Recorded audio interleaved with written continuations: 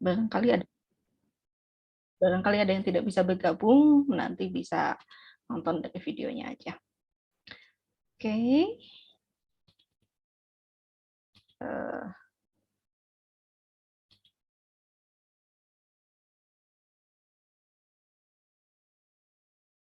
Sudah muncul screen sharing-nya? Sudah, Bu. Oke, terima kasih. Ya, nah jadi pertama pesan sponsor dulu ya. Dari Fakultas MIPA diminta untuk menyampaikan visi dan misi Fakultas MIPA pada awal perkuliahan sama setiap dosen. Maka dibaca aja ya, apa itu visi Fakultas MIPA: menjadi fakultas yang mandiri, maju, dan terkemuka. Dan seterusnya, misinya menyelenggarakan pendidikan pengajaran MIPA, terus melaksanakan penelitian MIPA yang inovatif, dan terakhir melaksanakan pengabdian kepada masyarakat untuk kesejahteraan umat. Tuh. Ya, kewajibannya sudah tuntas ya, jadi kita lanjutkan saja. Nah, apa sih yang akan dipelajari di dalam kalkulus 1? Sebetulnya ini bukan sesuatu materi yang mungkin baru dilihat ya. Kalau masuk SMA atau SMK juga mungkin sudah belajar juga. Yang akan kita bahas di dalam kuliah kalkulus 1 ini adalah tentang limit dan juga turunan. Gitu, limit, diferensial, dan turunan ya. Saya yakin udah pada tahu lah ya, seperti apa menghitung turunan, bagaimana menghitung limit, itu sesuatu yang sudah dipelajari mungkin di saat SMA dulu. Ada tambahannya mungkin bagi yang lupa-lupa, ada pengingat kembali tentang fungsi trigonometri yang akan kita bahas hari ini. Nanti pertemuan berikutnya kita akan berbicara tentang apa itu limit, gitu. Kemudian dari limit kita bisa mengecek kekontinuan dari sebuah fungsi. Kalau sudah berbicara limit dan kekontinuan, nanti kita akan lihat tentang turunan, gitu, beserta sifat-sifatnya seperti apa.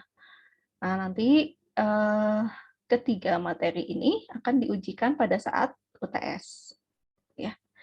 Dan kemudian sesudah UTS kita akan lanjutkan materinya ke diferensial dan hampiran. Kemudian ada aplikasi dari turunan. Ini khususnya untuk penggambaran grafik ya. Jadi kita akan berbicara tentang kemonotonan. Kemonotonan itu apa, fungsinya naik atau fungsinya turun gitu. Kemudian kecekungan, cekung ke atas, cekung ke bawah. Kalau secara fisika beda ya, harusnya ada cekung, ada cembung. Kalau ini cekung ke atas, cekung ke bawah. Nggak apa-apa lah ya, itu istilahnya seperti itu. Kemudian titik ekstrim. Titik ekstrim itu adalah nilai maksimum dan juga nilai minimum. Selain itu mungkin ada salah satunya yang berbentuk titik belok. Kemudian ada asimptot, ya, ada asimptot. Mungkin ini juga sudah dipelajari ya, ada asimptot tegak, asimptot datar, dan lain-lain. Kemudian ada juga aplikasi turunan di dunia nyata. Hal ini biasanya dikaitkan dengan pencarian nilai ekstrim. Jadi mencari nilai maksimum atau minimum dari suatu masalah di dunia nyata. Kita nanti lihat mungkin akan dikaitkan ke ekonomi, dikaitkan ke fisika. Maaf ya bagi yang fisika itu mengingatkan pada masa-masa kelam di SMA dulu, tapi kita masih tetap ketemu. Dan materi ini akan diujikan pada saat UAS. Yang lebih seperti itu ya. Nah ini, kok nggak belajar integral? Integralnya nanti belajarnya di kalkulus 2 ya. Di kalkulus 2 berbicara integral, kemudian fungsi eksponen, logaritma, dan lain-lain. Oke, ini silabinya. Nah, bagaimana dengan penilaian? Untuk komponen penilaian ini dibagi menjadi ada beberapa komponen ya yang akan masuk. Pertama, tentu ujian UTS dan UAS. Ini kalau oleh saya disamakan porsinya sama-sama 30%. Kemudian ada tugas dan kuis 30%.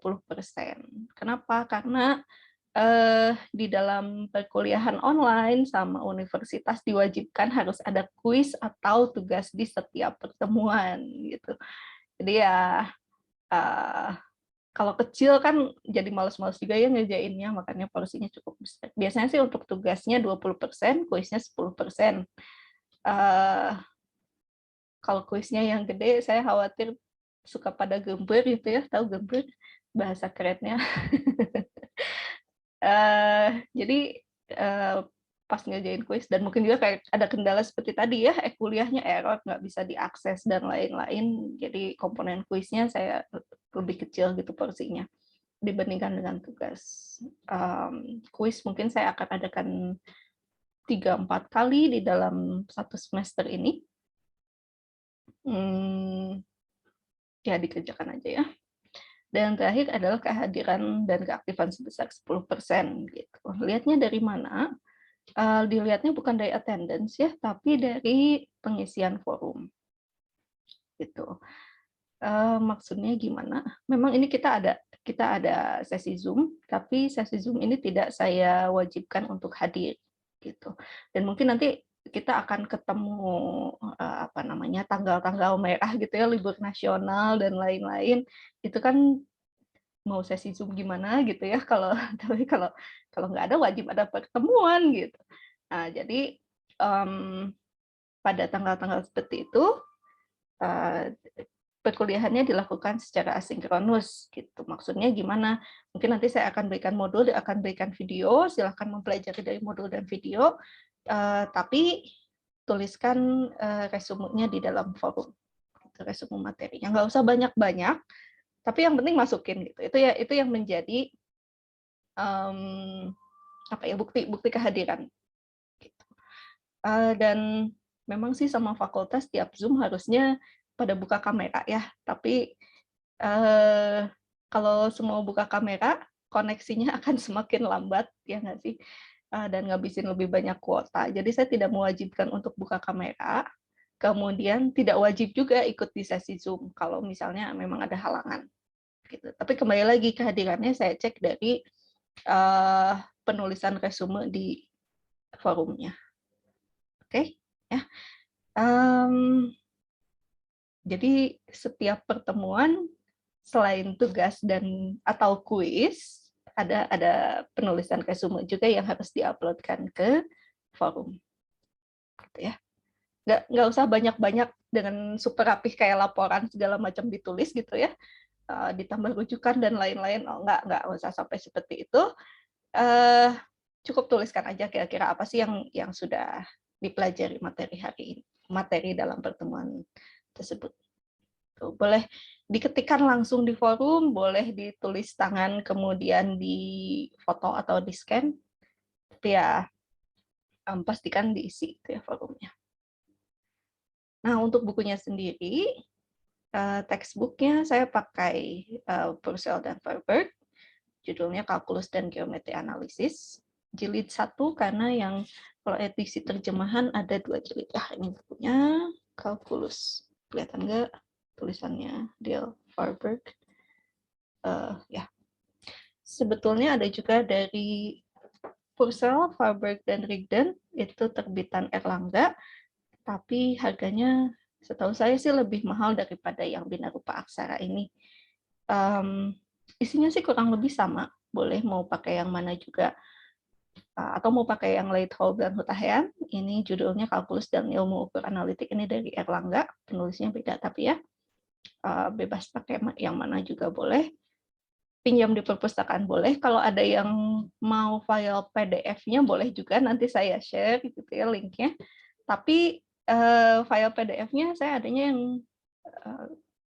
yang asli gitu ya. Nah, maksud asli apa maksudnya? Bukan terjemahan, jadi dalam bahasa Inggris gitu. Ya kalau mau pinjam ke perpustakaan boleh, mau cari-cari sendiri PDF-nya dengan Google boleh. Ya bebas ya, mau pakai nanti file yang saya share juga boleh. Tapi silakan membaca textbooknya karena yang akan saya share di kelas mungkin tidak selengkap yang ada di textbook. Tuh. Ya. Oke. Nah, aturan khusus kuliah online di semester genap ini kehadirannya nanti dihitung dari attendance di kuliah karena sekarang wajib memunculkan attendance. Semester kemarin saya hitung dari pengumpulan tugas saja, gitu ya. Tapi sekarang wajib pakai attendance karena untuk yang offline yang langsung di kampus pada pakai attendance gitu. Harus disamakan jadinya ya. Nah, dan di sini Attendance-nya saya setting supaya baru bisa diakses setelah membaca modul, mengisi forum, dan mengerjakan tugas atau kuis. Gitu. Mungkin attendance-nya akan saya setting setiap hari Selasa, karena saya memberikan waktu lebih lama gitu untuk membaca volume, membaca modul, mengisi forum, dan mengerjakan tugas dan kuisnya saya buat sampai dengan hari Selasa. Tapi khusus hari ini bisa diaksesnya sampai hari Senin saja, tapi sampai tengah malam, gitu ya. Untuk minggu ini saja. Untuk minggu depan saya setting mulainya hari Selasa ya, attendance-nya. Gitu. Kemudian seperti yang tadi sudah saya sebutkan, kehadiran di Zoom meeting-nya tidak wajib, tapi mungkin saya akan ngasih pertanyaan-pertanyaan yang jadi bonus poin yang bisa menambah ke nilai kuis, UTS atau UAS gitu. Tapi kembali ya ini mungkin karena namanya bonus poin, jadi nggak semuanya pasti dapat sih. Ini untuk yang misalnya pas dikasih pertanyaan, oh mau jawab gitu. Oke, sampai sini ada yang mau ditanyakan dulu nggak?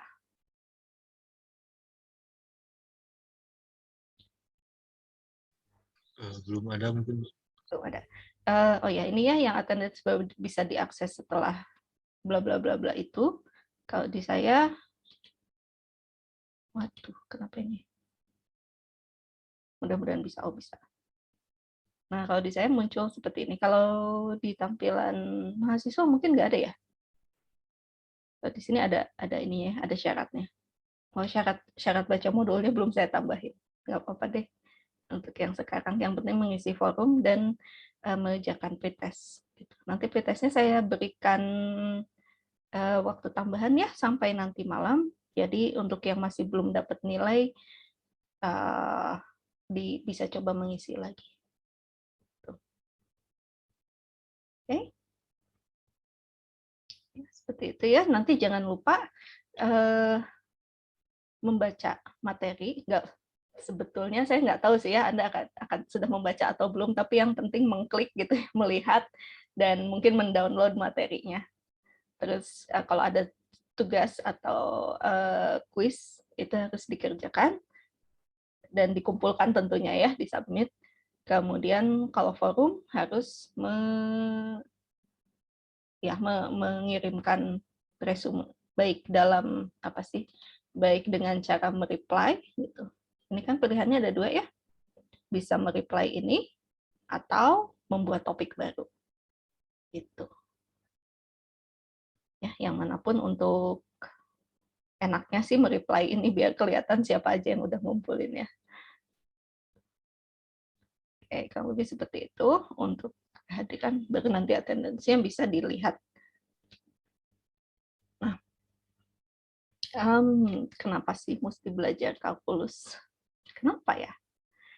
Oke, ya tentunya kalau di dalam perkuliahan, ini nanti akan menjadi dasar untuk kalkulus 2 gitu ya, dan juga statistika matematika mungkin ya nanti. Yang bagaimana menurunkan rumus-rumus statistika, itu banyak pakai turunan, pakai integral, dan juga aljabar. Nah, di dunia nyata sendiri, untuk mencari nilai maksimum, nilai minimum di dunia nyata, ya ini pakainya turunan. Gitu. Ada di masalah ekonomi, masalah fisika, dan lain-lain gitu ya. Pokoknya selama ada, setahu saya di dalam kedokteran juga ada ya. Pokoknya selama ada suatu rumus gitu ya, terus kita mau mencari nilai maksimum, nilai minimumnya, ya itu pakai turunan. Itu. Nah, terus di sini muslim semua, insya Allah ya. Nah, kalau sebagai muslim gitu kan, kita meyakini Allah itu sebagai pemilik nama-nama yang baik ya, Asmaul Husna. Salah satunya ada yang disebut sebagai Al-Muhsi, yang maha menghitung. Kalkulus itu kan sebetulnya dari calculate, menghitung ya. Nah, jadi kenapa kita sebagai bagian dari keimanan kita gitu, meyakini Allah sebagai yang maha menghitung. Kita apa sih, kita cuma nggak nyampe sebagai remehan ranginang gitu ya, lebih kecil lagi. Nah, terus sebagai muslim juga kan kita sebetulnya banyak memerlukan perhitungan-perhitungan gitu dalam ilmu hisab. Misalnya di dalam perhitungan apa nih, misalnya jadwal puasa gitu ya, kapan bulan Ramadan, perhitungan bulan, kemudian perhitungan waktu sholat, di dalam apa namanya, misalnya pembagian waris secara faraid. Nah, itu banyak sekali sebetulnya ilmu ilmu hitung gitu yang diperlukan di dalam kehidupan sebagai seorang muslim. Jadi ya ini salah satu ikhtiar kita mempelajari ilmu hisab. Gitu. Selain itu juga kalau kita memikirkan bentuk-bentuk ciptaan Allah di dunia gitu, dan di luar dunia, di luar angkasa itu ya. Nah, itu semuanya mengikuti qada dan qadar. Gitu. Segala sesuatu diciptakan menurut ukurannya. Seperti di dalam surat Al-Qamar ayat 49, inna kulla syai'in khalaqnahu biqadar. Segala sesuatu diciptakan menurut ukurannya. Nah, dari mana kita bisa tahu ukurannya? Bagaimana kita bisa memahami ukurannya? Ya, tentu dengan secara dibalik kuantitatif ya, menggunakan nilai-nilai matematis dalam bentuk angka, baik secara matematika maupun secara statistik. Seperti itu, kita mentafakuri, kita mempelajari gitu ukuran-ukuran yang sudah ditetapkan oleh Allah Subhanahu wa taala di dalam alam semesta. Dan selain itu tadi ya, dalam mencari nilai maksimum dan minimum gitu, tentu itu kan sebetulnya ikhtiar kita untuk mendapatkan solusi yang paling baik gitu ya. Jadi kita tidak bertanya kepada ya mencari ramalan-ramalan yang nggak jelas gitu ya, tapi kita menggunakan logika gitu dalam ikhtiar kita mencari solusi. Tentunya selain berdoa ya. Nah, gitu. Oke, mungkin itu motivasinya kenapa kita harus belajar kalkulus. Oke, ada yang mau disampaikan dulu, pertanyaan, komentar, dan lain-lain? Ngomong-ngomong, ini yang ngambil kelas online posisinya di Bandung atau di luar Bandung? Ada yang di luar Bandung? Saya di Bandung sih, Bu. Oh gitu. Kalau yang lain, ada yang dari luar Bandung? Di luar, Bu. Bandung. Oke. Yang di luar Bandung ada di kota mana? Dari Subang, Bu. Oh, Garut, Bu. Dari Subang, Bu. oke, Subang dan Garut. Ya. Baik, kalau gitu ya, mudah-mudahan sih tidak terkendala sinyal selama kuliah. Tapi kalaupun ya misalnya kesulitan mengikuti Zoom, seperti yang tadi sudah saya sebutkan, nanti bisa mempelajari dari modul dan video. Mudah-mudahan sih tidak mengurangi pemahamannya ya. Oke, kalau gitu kita langsung masuk aja ke materi ya. Nah, sebetulnya materi hari ini adalah tentang fungsi trigonometri. Apa itu fungsi trigonometri? Ya, sebelum bicara tentang fungsi trigonometri, fungsinya itu apa sih? Tentu di sini yang dimaksud dengan fungsi bukan kegunaan ya. Dulu dosen matematika pernah ngajuin penelitian. Penelitiannya adalah fungsi bla bla bla untuk produksi sepatu. Fungsi produksi bla bla bla untuk industri sepatu apa gitu ya. Nah, terus ternyata yang menilai proposalnya bukan orang matematika, bukan orang statistik, tapi orang sosial. Terus ditanyain, kenapa ini mencari-cari fungsi? Kan udah tahu kalau produksi itu fungsinya apa. Kayaknya ya dalam bayangan yang menilai ya ini fungsi itu maksudnya kegunaan dari produksi apa. Ya iya sih, itu kita semua udah tahu ya, cuma maksudnya di sini fungsinya fungsi secara matematis gitu. Ya, mudah-mudahan yang di sini nggak ada yang salah paham ya antara fungsi secara matematis dan fungsi secara bahasa yang artinya kegunaan. Gitu. Oke. Nah, Di dalam matematik yang namanya fungsi itu adalah suatu aturan korespondensi. Nah, jadi yang menghubungkan antara satu himpunan yang namanya domain, himpunan asal yang namanya domain, ke himpunan kawannya yang disebut kodomain. Tuh. Nah, tapi syaratnya adalah satu buah unsur di dalam domain harus dipasangkan dengan tepat satu unsur di kodomain. Nah, jadi apa? Satu perempuan hanya boleh menikah dengan satu orang laki-laki. Betul? Betul ya. Nah, tapi pasangannya tidak harus berbeda gitu. Pasangan di kodomainnya tidak harus berbeda. Maksudnya apa? Dua orang perempuan boleh menikah dengan satu laki-laki gitu ya. Poligami ini boleh nih. Jadi kalau himpunan domainnya itu seperti perempuannya, kodomainnya seperti laki-laki. Jadi apa? Satu unsur di domain boleh dipasangkan, harus dipasangkan dengan satu unsur di kodomain. Tapi satu unsur di dalam kodomainnya mungkin berpasangan dengan lebih dari satu unsur di dalam domain. Dan ini masih dikatakan sebagai fungsi. Gitu ya. Yang tidak merupakan fungsi gimana ya? Berarti kalau misalnya ada berapa unsur gitu di dalam satu unsur di domain dipasangkan dengan lebih dari satu unsur di kodomain. Yang seperti ini bukan fungsi. Gitu. Ya. Nah, ada fungsi yang lebih cantik lagi. Gitu. Oh ya, sebuah unsur-unsur di dalam kodomain yang punya pasangan di dalam domain ini disebut sebagai range. Jadi kalau di dalam diagram yang di kiri bawah ini, yang menjadi range adalah yang saya lingkari merah ini ya, 3 buah unsur ini. Mungkin ada unsur-unsur lain gitu di luar range-nya, dan itu nggak apa-apa. Nah, memang kalau idealnya di dalam hubungan yang sangat ideal, setiap unsur di dalam domain dipasangkan dengan tepat satu unsur di dalam kodomain, dan setiap unsur di dalam kodomain punya pasangannya juga gitu di dalam domain. Jadi dalam hal ini range dan kodomainnya sama, terus pasangannya tepat satu, gitu ya, kanan kiri. Nah, tapi fungsi yang seperti ini dinamakan sebagai fungsi bijektif. Sangat istimewa gitu ya. Jadi dipasangkan satu-satu dan setiap unsur di dalam kodomain punya pasangan di dalam domain. Nah, istilah lain dari bijektif adalah satu-satu dan pada.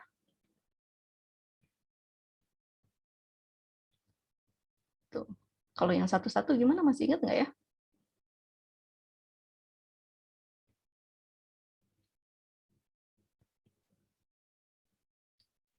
Oke, jadi kalau satu-satu itu ya nggak ada yang poligami gitu ya. Nggak ada yang poligami, tapi resikonya memang akan ada yang jomblo gitu di sebelah kanannya. Seperti itu ya. Nggak apa-apa, jomblo bukan dosa. Ini yang dinamakan sebagai fungsi satu-satu. Istilah lainnya apa? Ada yang ingat? Injektif ya.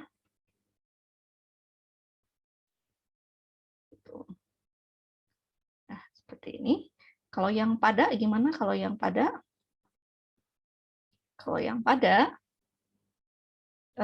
pokoknya setiap unsur di dalam kodomain punya pasangan di domainnya. Gitu. Meskipun hasilnya harus poligami. Nah, ini pada. Jadi setiap unsur yang di dalam kodomain pasti punya pasangan di dalam domainnya. Ya. Ini pada atau surjektif istilahnya.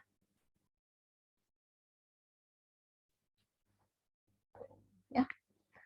Nah, ada subjektif, ada injektif, ada bijektif.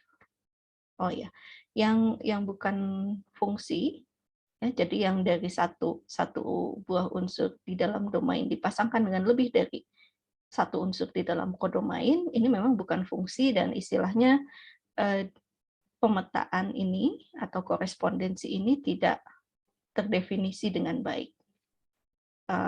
Istilah kerennya well defined.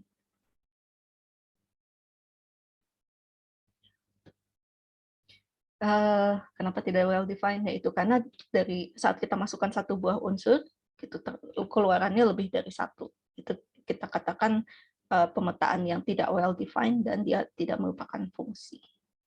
Gitu ya. Ya, jadi kalau kita bayangkan sebagai sebuah mesin, kita masukkan satu buah nilai X gitu ya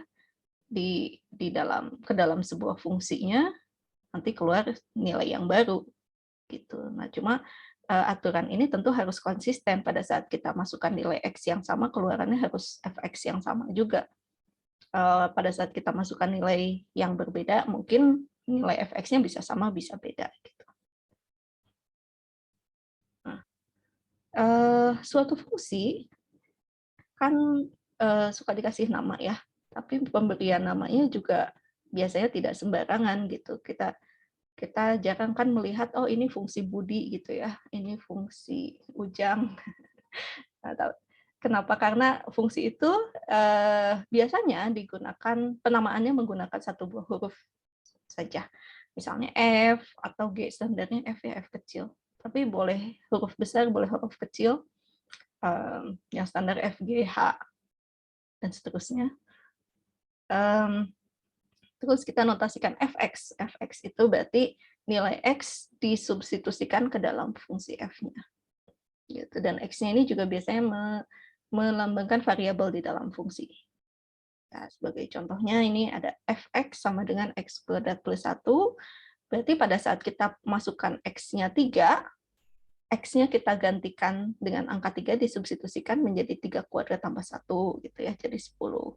Terus kalau misalnya kita masukkan X-nya, kita gantikan X-nya dengan 2, kita akan punya F2 adalah 2 kuadrat tambah 1, dan seterusnya. Dan kadang yang kita masukkan tidak selalu berupa angka, bisa jadi kita masukkan variabel yang baru. Ya, misalnya, kalau X-nya digantikan dengan A plus 1, berarti FA plus 1 kita gantikan X-nya dengan A plus 1, A plus 1 kuadrat ditambah 1. Hasilnya jadi A kuadrat tambah 2A tambah 2. Ini dicobakan dulu ya.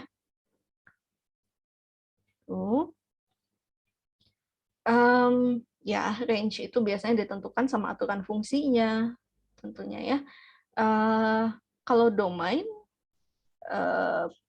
pada saat kita punya fungsi yang bentuknya polinom, tahu polinom? Polinom atau suku banyak itu adalah fungsi yang bentuknya seperti ini, A0 ditambah A1X ditambah A2X kuadrat, dan seterusnya AN/XN. Ya, jadi contohnya misalnya, biasanya kita nulisnya dibalik ya, X pangkat 3 plus 5X kuadrat plus 10X min akar 4, akar 4 mah 2, akar 2 deh. Nah, ini contoh fungsi polinom. Nah, pada saat kita punya fungsi polinom, biasanya domainnya kita kenal sebagai domain natural. Apa itu domain natural? Domain natural adalah himpunan bilangan real yang paling besar yang menyebabkan fungsinya berarti. Maksudnya gimana? Ya, kalau fungsi polinom, tentu pada saat kita memasukkan sembarang bilangan real, nilai fungsinya ada. Ya. Tapi hati-hati kalau misalnya kita punya fungsi akar dari 3x misalnya ya. Nah, tentu kita tidak bisa memasukkan nilai-nilai x yang negatif. Ya. Pada saat x kurang dari 0, ini akar 3x-nya tidak ada ya, menjadi imajiner gitu. Nah, sehingga pada saat kita punya akar 3x, fungsinya adalah akar 3x, domainnya Ini berlaku untuk X yang lebih besar atau sama dengan 0. Nah, ini domainnya. Domain natural. Kalau yang ini gimana? Kalau ini mah semua bilangan real ya, bisa berlaku, bisa dihitung. Tuh. Ya. Oh, terus kalau misalnya kita punya fungsinya apa? X plus 1 dibagi X plus 4. Domainnya apa ya? Oke, jadi biasanya pada saat kita mencari tahu yang mana yang menjadi domain, kan kita harus mencari nilai-nilai apa saja yang menyebabkan nilai fungsinya ada, gitu ya. Jadi biasanya kalau mengandung akar, kalau ada bilangan akar, biasanya kita cek apa yang menyebabkan bagian dalam akarnya menjadi negatif. Kemudian kalau ada bentuk pecahan seperti ini dinamakan sebagai fungsi rasional.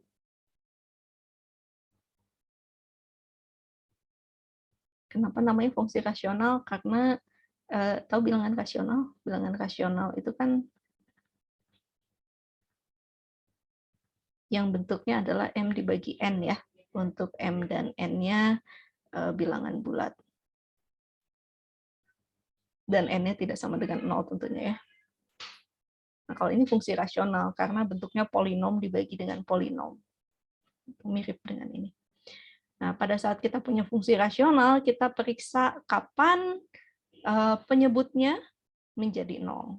Dalam hal ini, tentu kalau X-nya sama dengan min 4, kita akan dapatkan X tambah, salah.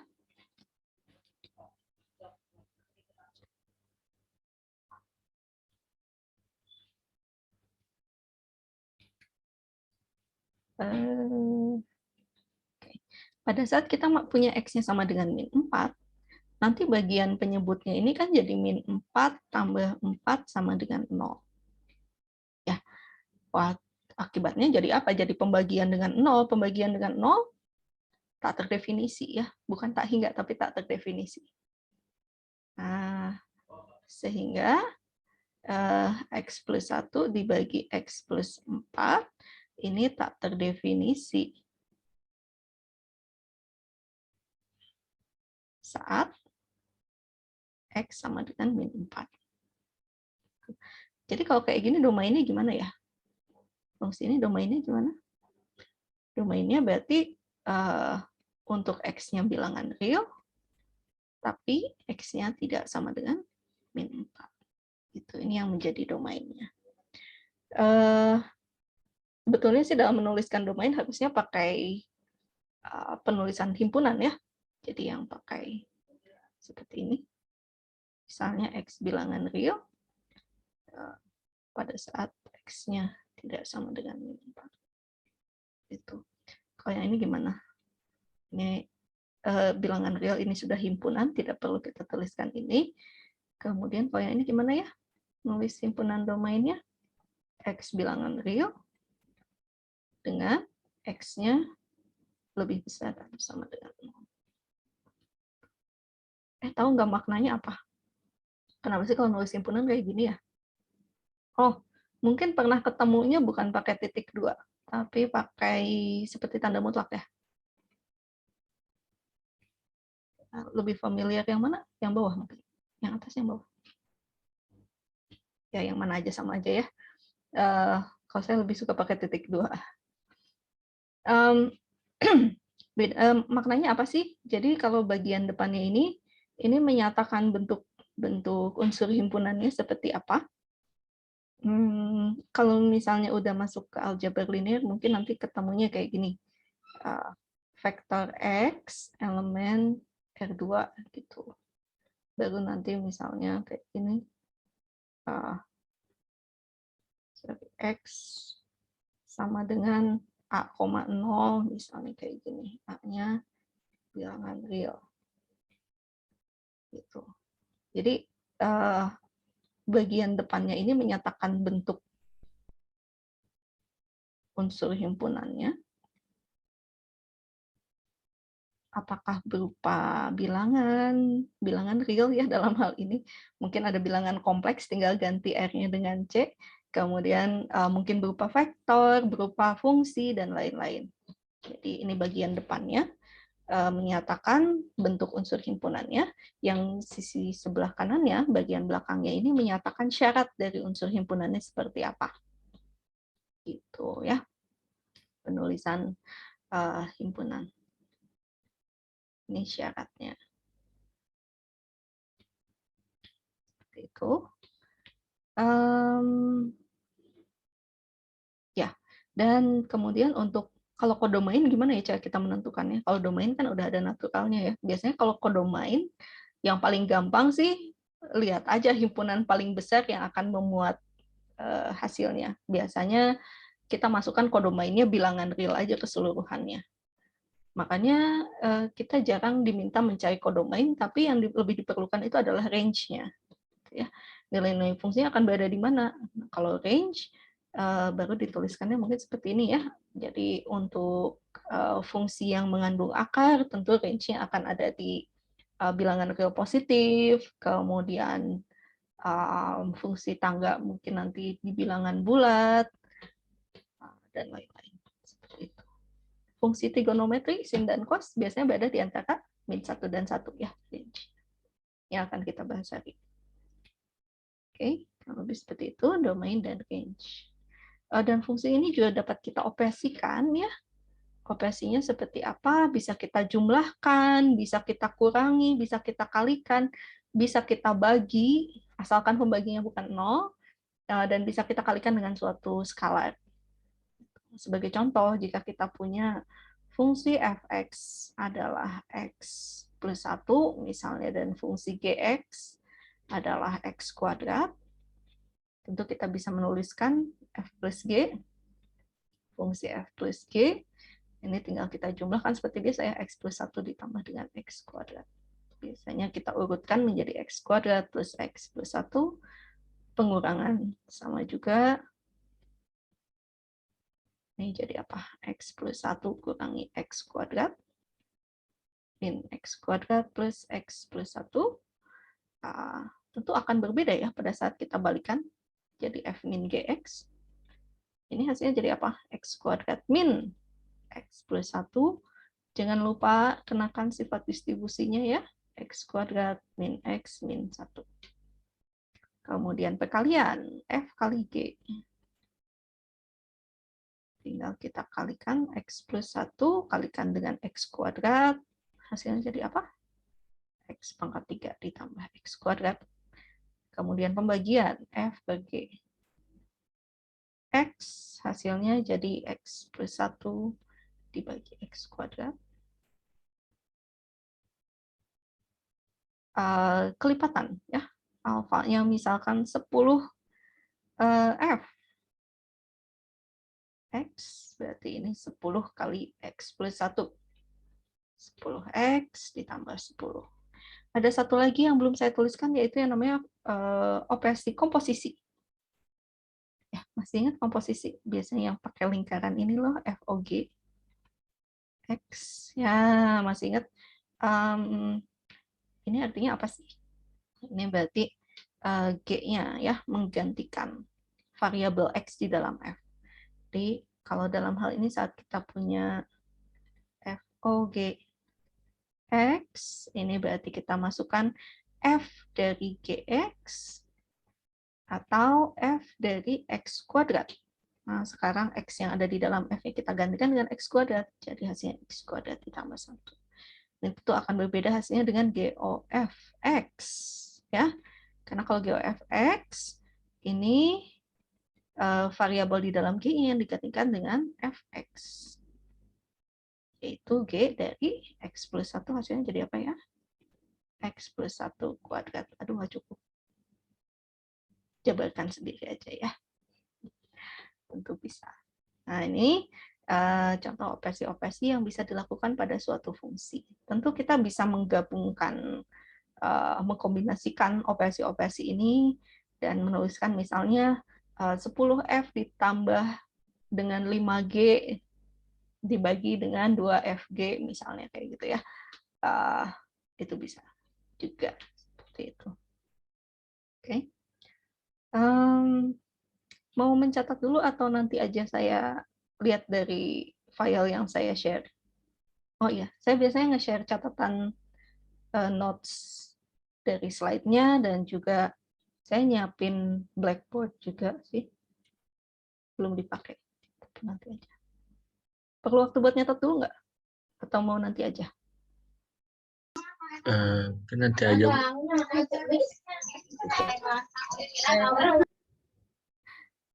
Nah, ya ini operasi pada fungsi. Dan oh ya, terus kalau misalnya kita melihat fungsi dalam bentuk variabel-variabel seperti ini, mungkin kan informasi yang kita dapatkan nggak terlalu jelas gitu ya.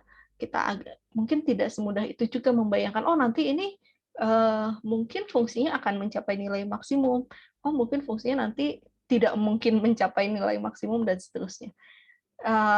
Jadi biasanya kita menggambarkan fungsi ke dalam grafik, gitu ya, menggunakan sistem koordinat XY atau koordinat kartesius. Ada cara lain untuk menggambarkannya yaitu koordinat polar. Itu, tapi kita nggak bakalan pakai koordinat polar di sini, kita pakai koordinat kartesius saja atau XY. Ya, mungkin udah pada bisa juga menggambarkan grafik ya. Jadi setiap titik di dalam bidang XY ini menggunakan pasangan bilangan real X dan Y, pasangan terurut. Jadi unsur pertamanya selalu menyatakan posisi X-nya, posisi secara horizontal, dan bilangan yang kedua selalu menyatakan posisi secara vertikal. Gitu. Dan biasanya ini disebut, kita bagi menjadi 4 buah kuadran.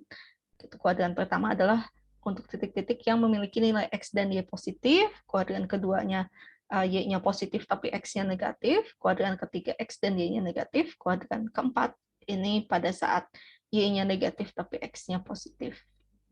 Gitu ya.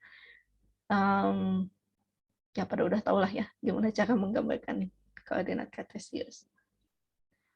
Oke. Ada pertanyaan dulu nggak terkait fungsi?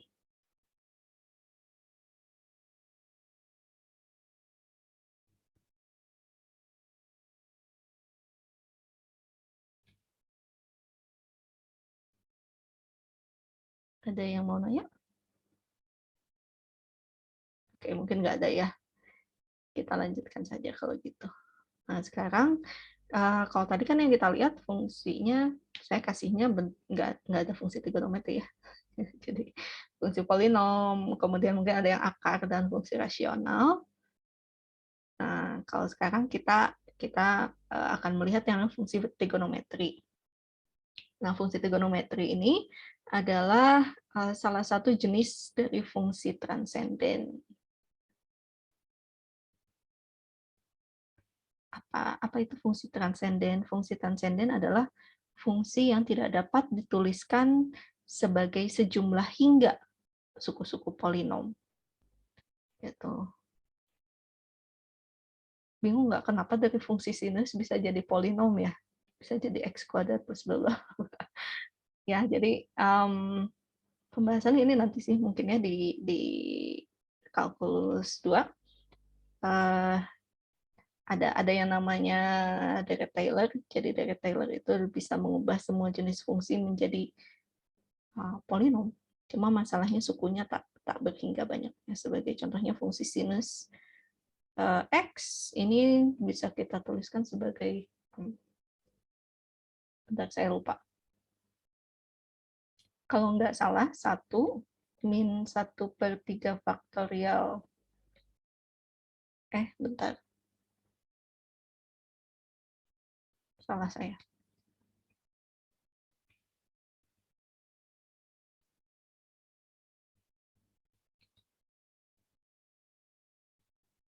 Bukan 1, tapi X dikurangi 1/3 faktorial X pangkat 3 ditambah 1/5 faktorial X pangkat 5 dikurangi 7 faktorial X pangkat 7 dan seterusnya. Dan ini nggak berhenti. Jadi nanti mungkin plus minus 1 per 2n plus 1 faktorial x pangkat 2n plus 1. Pusing ya? Ya, cuma masalahnya ini memang tidak berhenti gitu. Dinamakan fungsi transenden karena pada saat kita ubah ke dalam bentuk polinom, sukunya itu tak hingga banyaknya. Kenapa perlu dituliskan dalam bentuk polinom? Ini nanti kayak buat perhitungan di kalkulator, perhitungan numeriknya di kalkulator, di komputer, di dalam software, untuk menghitung nilai sinus, kosinus, dan fungsi-fungsi transenden lainnya, dia menggunakan hampiran dari suku ini. Jadi dipotong sampai sekian banyak suku untuk mendapatkan nilai sinus, kosinus, dan lain-lain. Kosinus sedikit berbeda bentuknya, tapi ya mungkin bisa dicoba cari sendiri ya di Google, deret Taylor dari fungsi sinus, deret Taylor dari fungsi kosinus. Contoh lain fungsi trigonometri adalah fungsi eksponensial dan juga logaritma natural. Itu nantilah kita bicarakannya ya. Sekarang kita mau berbicara tentang fungsi trigonometri. Nah, ini tentu kan bukan sesuatu yang asing ya, harusnya kalau saya dulu dari SMP udah mulai belajar nilai sin kostan menggunakan segitiga siku-siku seperti ini. Pada saat kita punya segitiga siku-siku yang salah satu sudutnya adalah alfa, kita bisa menuliskan sisi yang nempel ke alfanya ini sebagai X, sisi miringnya sebagai R, dan sisi tegaknya sebagai Y. Ya, kemudian kita bisa mendapatkan nilai sinus alfa adalah Y dibagi R, kemudian kosinus alfanya adalah X dibagi R, dan tangen alfanya adalah Y dibagi X. Nah, tapi di sini kita berbicara alfanya sebagai sudut, ya, jadi ukuran sudut. Maksudnya gimana? Jadi kita bisa menghitung mungkin sin 30 derajat, ada yang masih ingat? Saya lupa, setengah apa setengah akar 3 ya? Setengah ya kalau nggak salah. Ada yang ingat? Saya sendiri lupa. Wait, kita buka kalkulator. Iya, Bu, setengah. Setengah ya? Mana sinus? Oh, ini dia. Sin 30. Salah. Ya, betul setengah ya. 1/2. Kenapa? Karena berarti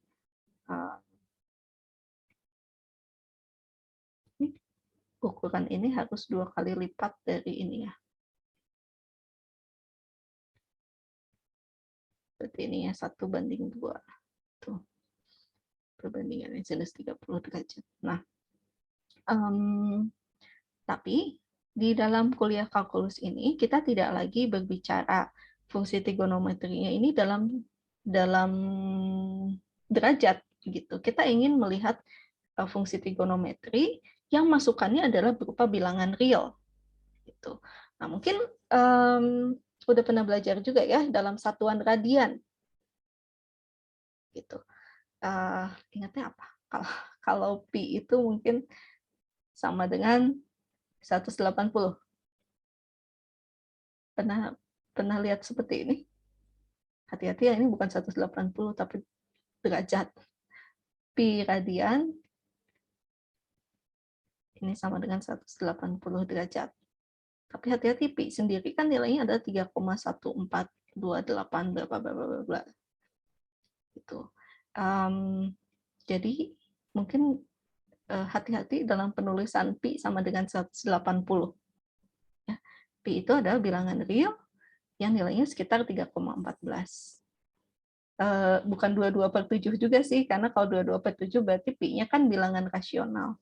Sedangkan pi itu adalah bilangan yang irasional, tak rasional. Gitu. Memang mendekati sih ya, mendekati 22/7. Tapi dia juga mendekati 222/77 dan mendekati 222/777 dan seterusnya. Tuh. Kemudian kenapa sih ada radian? Maksudnya apa? kenapa bisa muncul radian. Nah, kalau di zaman SMP SMA itu kan kita melihat ini ya dari segitiga siku-siku. Nah, kalau sekarang pendefinisiannya kita akan lihat pada sebuah lingkaran satuan. Maksudnya apa lingkaran satuan? Lingkaran yang jari-jarinya satu berpusat di 0,0 gitu kalau di grafik kartesius. Masih ingat persamaan lingkarannya apa?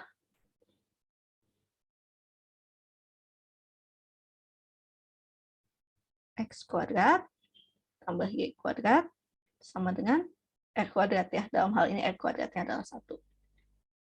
Nah, kalau kita lihat ya, jadi jari-jarinya ini kan 1. Kalau misalnya kita punya di sini adalah alfa, kita tarik sebuah sudut, kita kan sebetulnya bisa membuat segitiga seperti ini.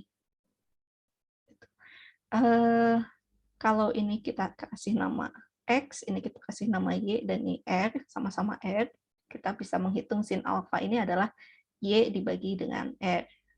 Itu cos alfanya X dibagi R, tangin alfanya adalah Y dibagi X, sama seperti tadi. Nah, tapi kita sekarang tidak lagi melihat besar sudutnya, yang kita lihat adalah panjang busur. Nah, panjang busur yang dibuat dari sumbu X sampai ke titik ini. Titik apa? Titik apa pada saat kita kenakan si jari-jarinya. Ya, yang pada saat kita kenakan sudut alfa, maka nanti jari-jarinya akan memotong lingkaran di titik Q misalnya. Nah, jadi yang dinamakan radiannya itu adalah panjang busurnya. Makanya sekarang kita bisa menuliskan misalnya sinus bukan alfa tapi sinus apa misalnya XY-nya sudah dipakai. Bingung deh. Misalnya ini T sepanjang T gitu ya. Nah, ini panjangnya adalah T. Nah, sinus T ini nanti akan sama dengan sinus alfa. Untuk alfanya adalah sudut yang dibentuk pada, ini namanya apa? Juring ya, pada juring ini.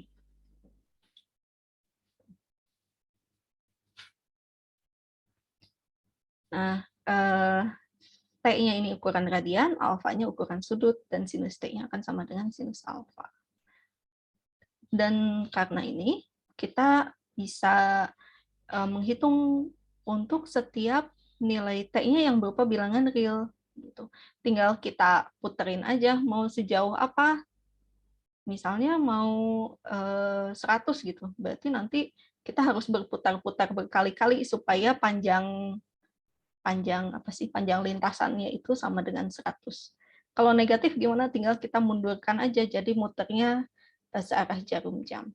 Kalau searah jarum jam ini nanti bernilai negatif, kalau berlawanan arah jarum jam nilai radiannya menjadi positif. Betul. Ya. Oh iya, nilai X-nya sendiri, ya, kalau kita lihat dari sini gitu ya, pada saat kita punya R-nya adalah 1 karena lingkaran satuan, kita kan bisa hitung bahwa Y-nya nanti, sebelum itu, sin alfanya kan berarti Y dibagi 1, gitu, dan Y-nya sama dengan sin alfa. Kemudian cos alfanya sama dengan X dibagi 1, berarti X-nya adalah cos alfa. Oke?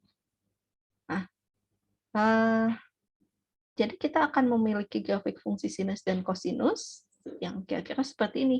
Yang merahnya adalah grafik fungsi sinus, yang hijaunya adalah grafik fungsi kosinus. Ada yang buta warna? Mudah-mudahan enggak ya. Kalau parsial mungkin masih bisa membedakan ya.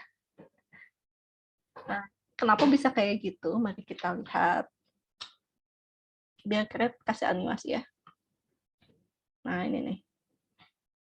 Ini yang sinus dulu deh. Kenapa bisa seperti itu bentuk grafiknya?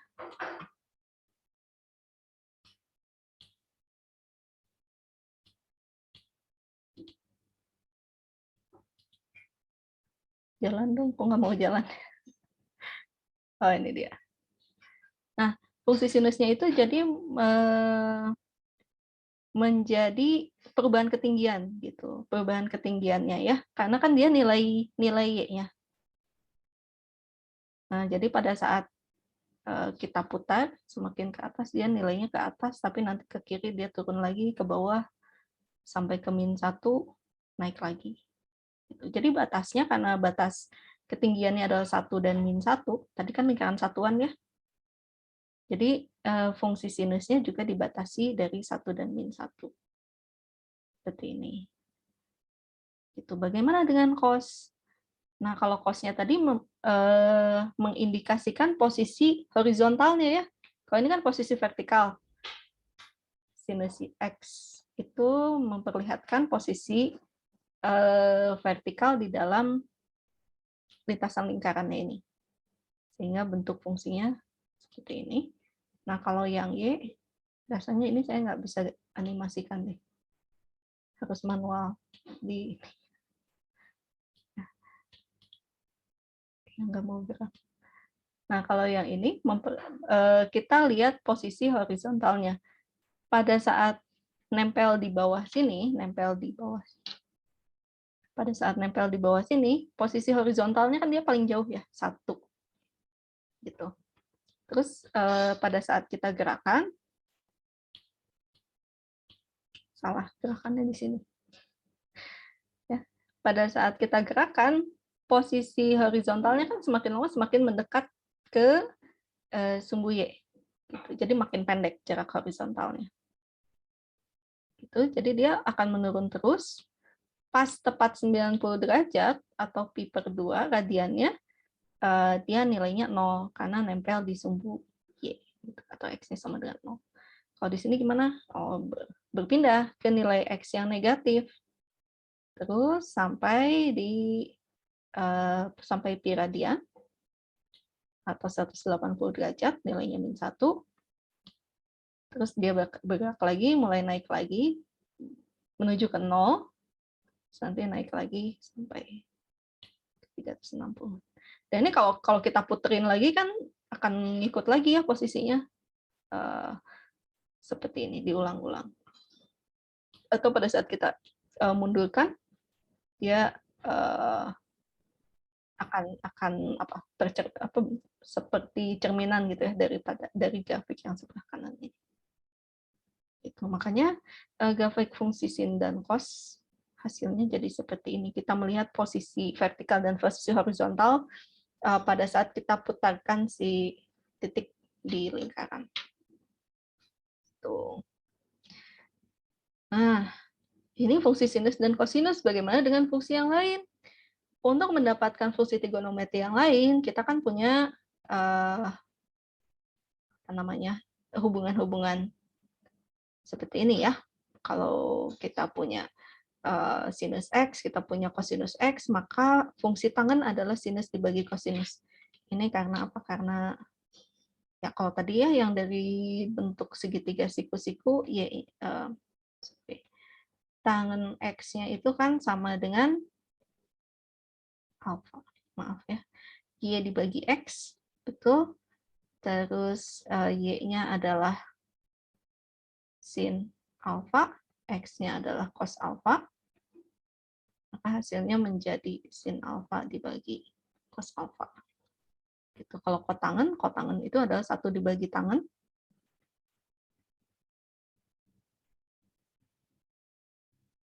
Maka hasilnya menjadi cosinus X dibagi sinus X. Kalau sekan adalah kebalikannya dari cosinus 1/cos X, kosekan adalah balikan dari sinus, jadi 1/sin X. Nah, sebetulnya kalau dari yang tadi ini, kita juga bisa mendapatkan identitas trigonometri.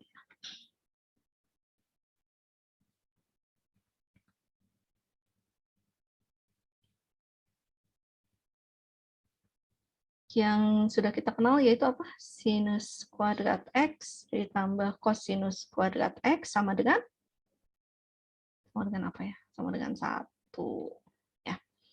Nah, identitas trigonometri selain yang ini, kita juga punya hubungan 1 ditambah tangen kuadrat X. Jadinya apa ya? Ini kan tangen itu tadi apa? Sin per cos. Berarti sin kuadrat X dibagi cos kuadrat X. Ya, karena dikuadratkan. Sama kan penyebutnya, hasilnya jadi apa? Cos kuadrat X ditambah sin kuadrat X dibagi cos kuadrat X.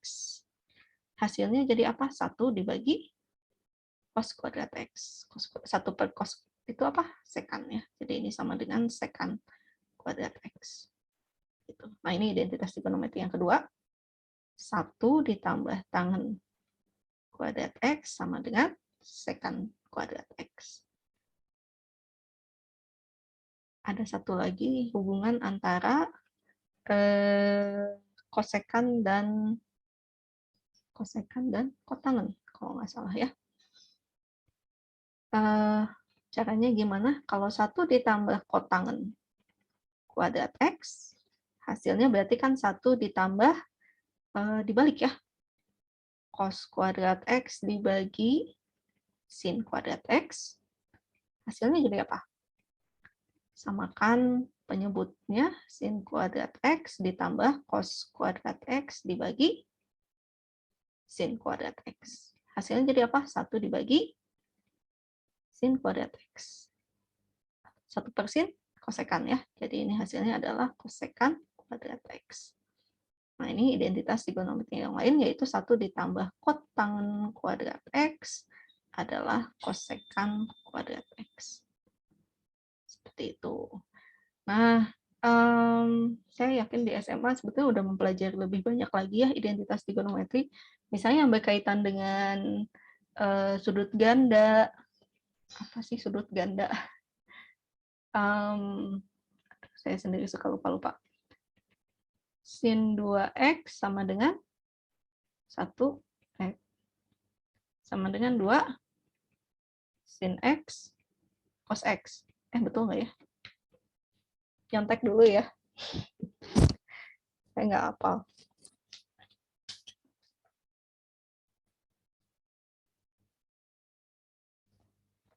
Oh, betul. Kalau cos 2X,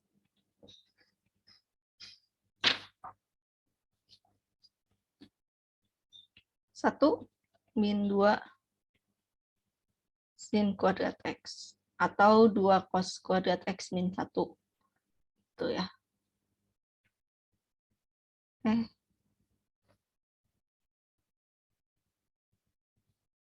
Terus apa lagi? Ada yang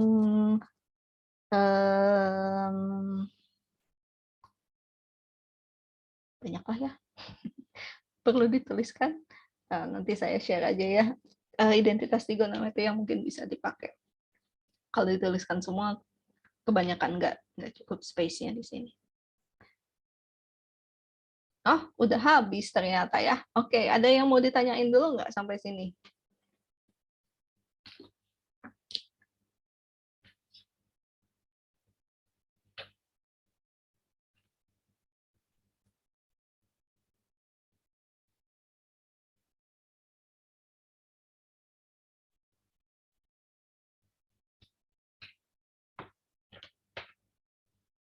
Oke, kalau tidak ada pertanyaan, kita coba ya soal latihannya. Waduh, sudah langsung diminta membuktikan ya. Periksalah kebenaran persamaan berikut. Mari kita coba. Mau coba yang mana ya?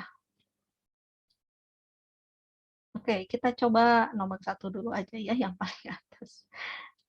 Saya perlu space yang lebih besar, jadi saya pindah ke sini. Sudah berganti belum ya tampilannya? Udah Ibu. Oke. Nah, tadi kita coba ya contoh soal nomor 1. Soalnya apa? 1 ditambah sin theta kalikan dengan 1 dikurangi sin theta sama dengan 1 dibagi sekan. secant kuadrat. Betul nggak ya? Oke, kita coba. Berarti, nah pada saat kita ingin memeriksa apakah betul, kita kayaknya jabarkan dulu deh yang di sebelah kiri. Nah, di sebelah kiri jadinya apa ya? 1 ditambah sin theta kalikan 1 min sin theta, hasilnya adalah 1 kali 1, 1. 1 kali min sin theta. Terus sin theta kali 1 ditambah sin theta. Terus apa lagi ya? Sin theta dikalikan dengan min sin theta. Jadi plus kali min, hasilnya min ya. Sin kuadrat theta. Oke, ini habis. Hasilnya jadi 1 dikurangi sin kuadrat theta. Pakai yang mana nih?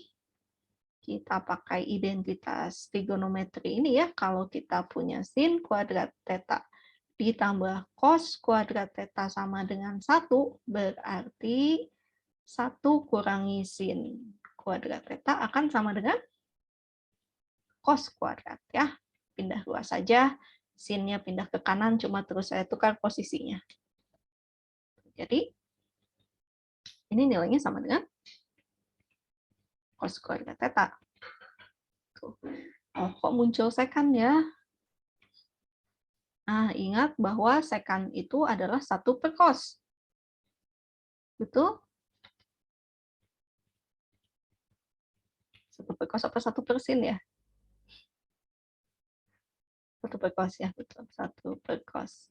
Kalau cosecant itu 1 per sin. Nah, berarti kalau gitu cos theta sama dengan 1 per secant dong.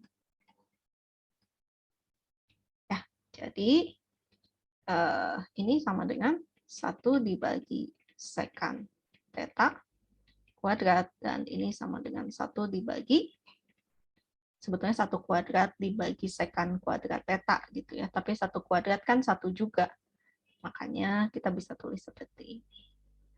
Ya, terbukti ya. Biar keren kita tambahkan tulisan QED. Tahu nggak QED apa? QED itu bahasa Latin ya, Quod Erat Demonstratum. Jadi sudah dibuktikan, bentar, sudah ditunjukkan dengan bukti, sudah didemonstrasikan hasil kebenarannya, sudah didemonstrasikan kebenarannya. Oke, ya, seperti ini pemeriksanya ya. Jadi kita jabarkan salah satu sisi, kita periksa apakah betul nanti akan menghasilkan ruas sebelah kanan. Gimana sampai sini, ada yang mau ditanyakan? Aman aja? Ya, yang jadi masalah adalah memang kita mencari-cari sifat mana yang bisa dipakai ya, identitas mana yang bisa kita otak-atik. Mungkin kita coba satu soal lagi. Mau yang nomor berapa? Ada request? Nomor 4 gampang banget nih. Kalau nomor 4, ingat bahwa 1 per secant tadi adalah cos. Ya, betul. Jadi 1 per secant kuadrat, cos kuadrat. Udah obvious lah ya. Jadi sin kuadrat X ditambah cos kuadrat X sama dengan 1. Gitu. Yang, oke, ada request kira-kira yang mana ya? Yang mau dicoba? Yang nomor 2 mungkin caranya sama ya seperti tadi. Kita jabarkan dulu ini ya. Nomor 5 mungkin ya, kita coba. Karena ada pecahan-pecahannya. Tapi udah nulis 2. Oke. Kita coba nomor 5.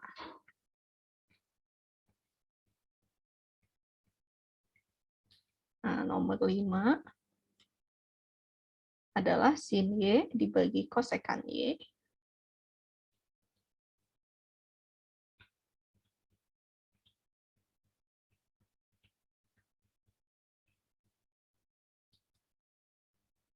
terus ditambah cos Y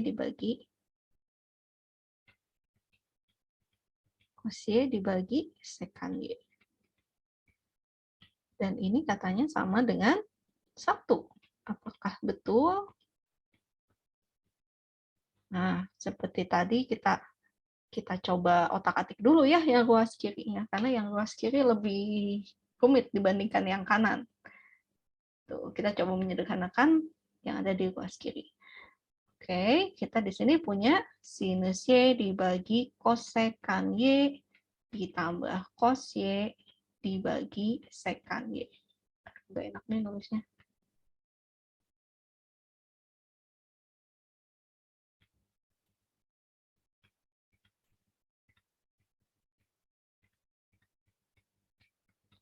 Ditambah cos Y dibagi sekan Y.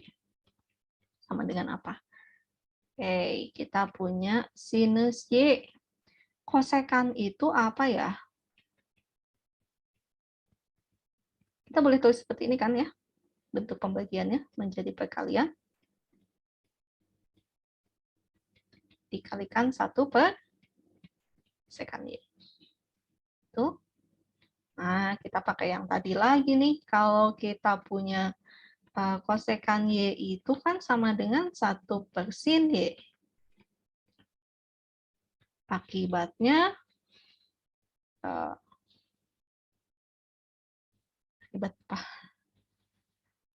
akibatnya 1 per, mau dibalik deh. Akibatnya sin Y jadi sama dengan 1 per kosekan Y. Oke. Terus, kalau sekan Y sama dengan 1 per cos Y. Cos. Betul ya. Jadi cos Y-nya sama dengan 1 per sekan. Ya, lanjut selanjutnya kita tinggal gantikan aja nih. Nah, ya, jadi 1 per kosekannya kita akan gantikan pakai ini dan 1 per sekannya akan kita gantikan pakai yang ini. Hasilnya jadi apa? Hasilnya jadi kemana saya nulisnya ke sini? Sinus Y kalikan dengan sinus Y tambah cos Y kalikan cos Y. Wah, dapat deh. Ini sin kuadrat Y ditambah cos kuadrat Y, hasilnya 1. Itu ya. Kita bukti lagi. Seperti itu. Tidak sulit ya? Mudah-mudahan tidak sulit nih. Bisa dicoba yang lainnya. Kita ada berapa menit lagi ya? Oke, ada yang mau coba untuk nomor 2, 3. Yang 4 janganlah ya, terlalu mudah. Ada yang mau coba untuk nomor 2 dan 3?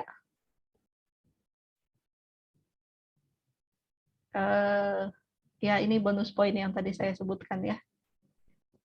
Nambahin nilai pretest. Pretestnya sebagai kuis. Ada yang mau coba? Mungkin kalau ada yang mau coba ditulis tangan dulu aja biar gampang kirim ke grup gitu ya, ke grup WA-nya. Ada yang mau coba? Oke, silakan ya dicoba dulu. Yang sudah selesai kirimkan ke grup. Nanti kita bahas.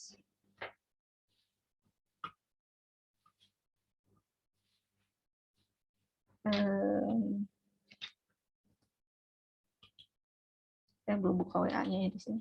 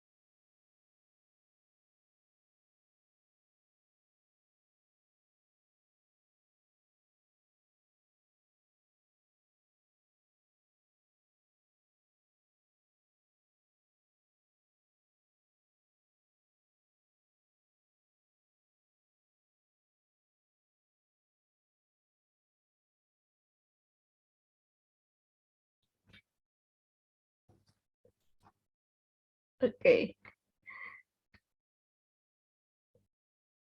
Ya, untuk yang hybrid di kampus ternyata ada heboh tadi ya. Kuliahnya nggak bisa diakses dan akun Zoom-nya juga nggak bisa diakses.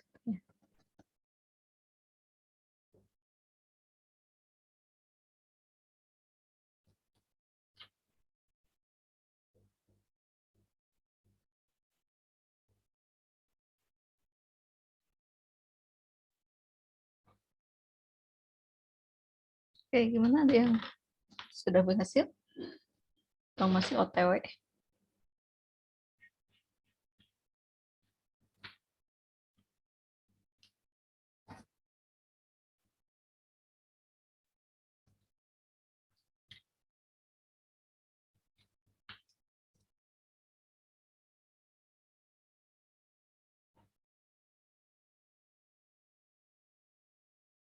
Oh ya, ingat ya, di sini kan diminta diperiksa kebenaran persamaannya, jadi belum tentu benar.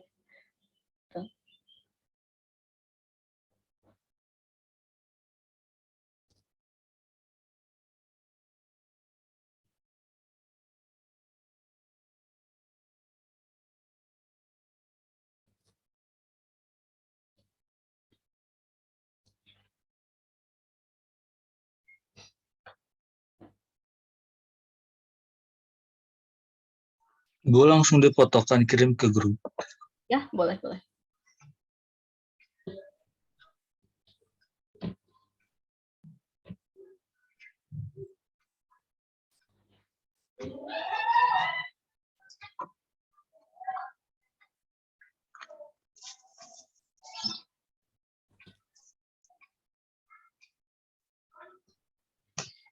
Oke, udah masuk ya.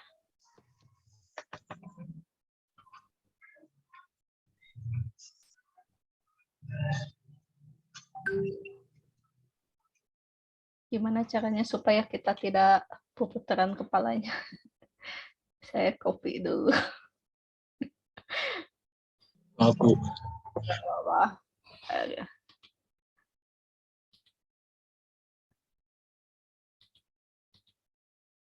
Oh, kok ke sini ya? Gimana caranya?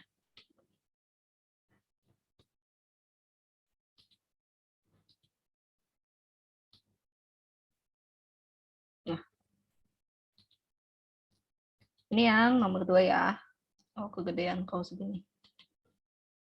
Oke, jadi kita mengecek apakah betul sekan alfa kurangi 1 kalikan sekan alfa tambah 1 hasilnya menjadi tangen kuadrat.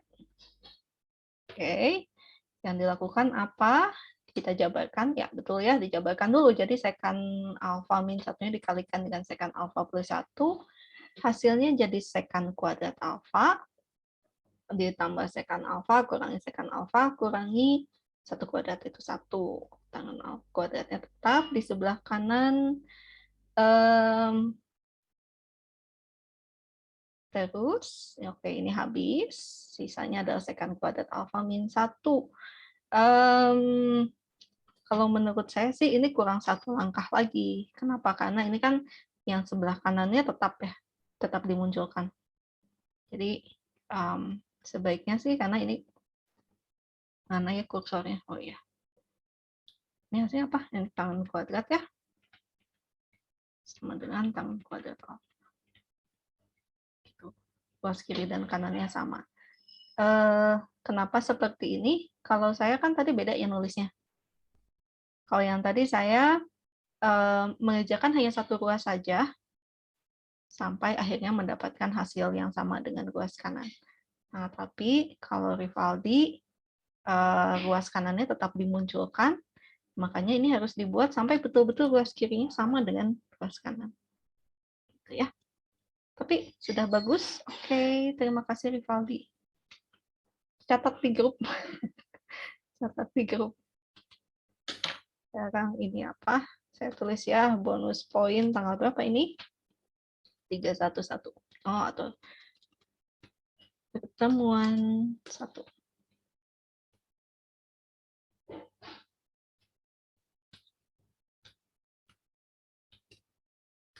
Rivaldi. Oke, satu soal lagi ada yang mau nyoba? Soal yang nomor 3 ya, yang belum dicoba.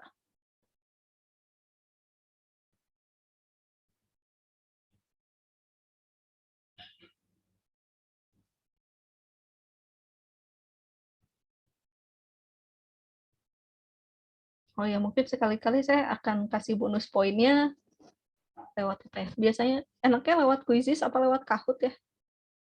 Quizizz kali ya. Kalau Kahoot soalnya cek jawabannya mesti di layar saya ya. Nggak bisa di layar sendiri. Ya, mencegah kalau kuliahnya overload lagi seperti hari ini, kita mesti coba pakai cara lain. Dan lebih santai mungkin ya, kalau kuis di kuliah sama kuis di Quizizz, kayaknya lebih stres di kuliah nih. Kalau Quizizz rasa main-main ya. Oke. Gimana, ada yang mencoba nomor 3?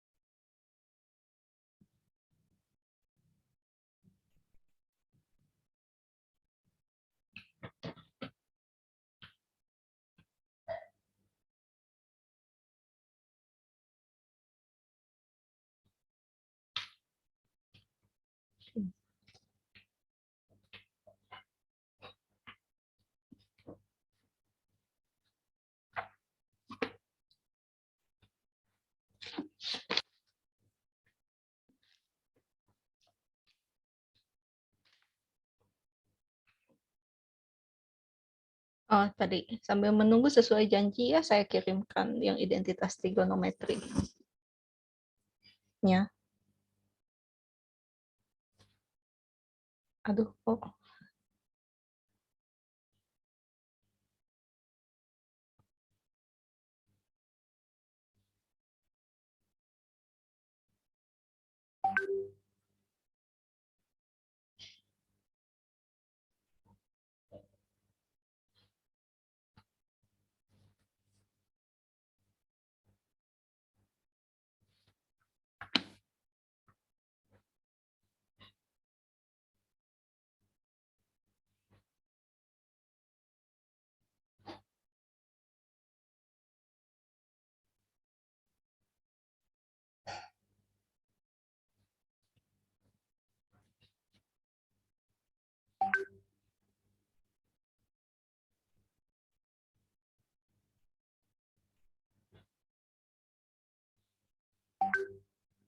Oh, sudah ada yang share.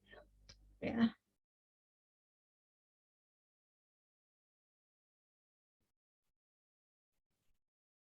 Nia, ya. Nia sudah kirim. Kirim dulu identitas trigonometrinya.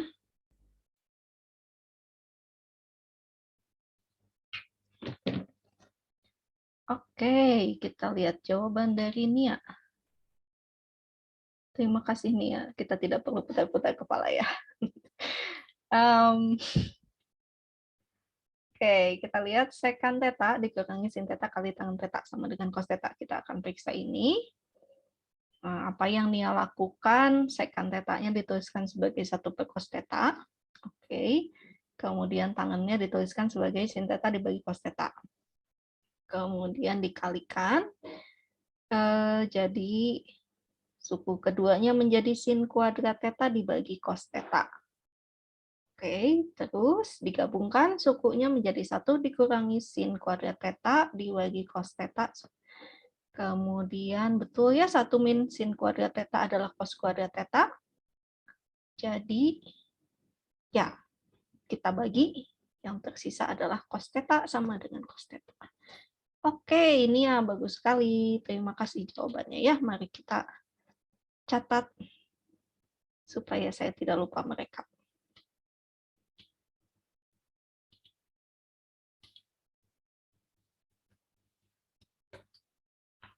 Mia, nama panjangnya apa ya?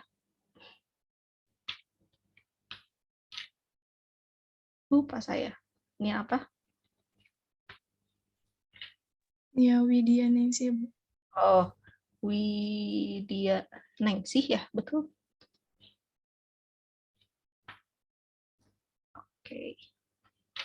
Wah, ada request untuk penarian set factory. Oke, rasanya ada satu lagi ya. Nah, tadi kita sempat berbicara dengan grafik, berbicara tentang grafik. Mau mencoba membuat sketsa grafik fungsi Y sama dengan sin 2X pada selang min pi sampai 2pi. Ini mungkin saya sambil merefresh aja sih ingatan Anda semua. Barangkali ada yang udah lupa gimana ya caranya gambar grafik. Kayaknya enggak deh. Masih ingat semua ya. Tapi nggak apa-apa. Kita bahas satu soal lagi ya, karena masih ada waktu setengah jam. Nah, akan dibuat sketsa grafik fungsi Y sama dengan sin 2X pada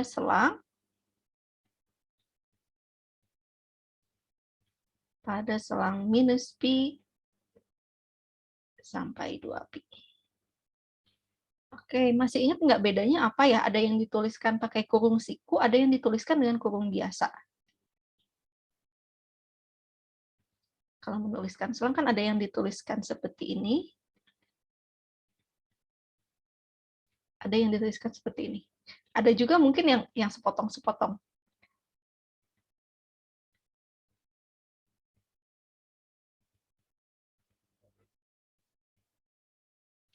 Bedanya apa ya? Ada yang ingat nggak? Oke, ya, ingat nggak ya? Kayaknya Rivaldi pengen ngomong cuma lupa lagi gitu ya, ragu-ragu. Nah, kalau pakai kurung siku, penulisan selang itu kan bisa pakai tanda kurung seperti ini, tapi bisa juga yang pakai tanda lebih kecil, lebih besar itu ya. Nah, kalau pakai kurung siku, ini batasnya ikut masuk. Gitu. Kalau kurung biasa, batasnya nggak ikut masuk. Seperti itu ya. Kalau kayak gini gimana? Berarti salah satunya aja yang masuk batasnya. Minus pi-nya masuk, 2pi-nya enggak. Kalau yang paling atas, minus pi-nya enggak masuk, 2pi-nya masuk. Seperti itu ya. Cuma melihat apakah titik ujung selangnya ikut masuk ke dalam domain atau tidak. Terus, biasanya apa sih yang perlu kita lakukan pada saat mau menggambarkan grafik? Di list dulu ya. Di mana aja titik-titiknya. Paling gampang sih kita bikin tabel. Enggak.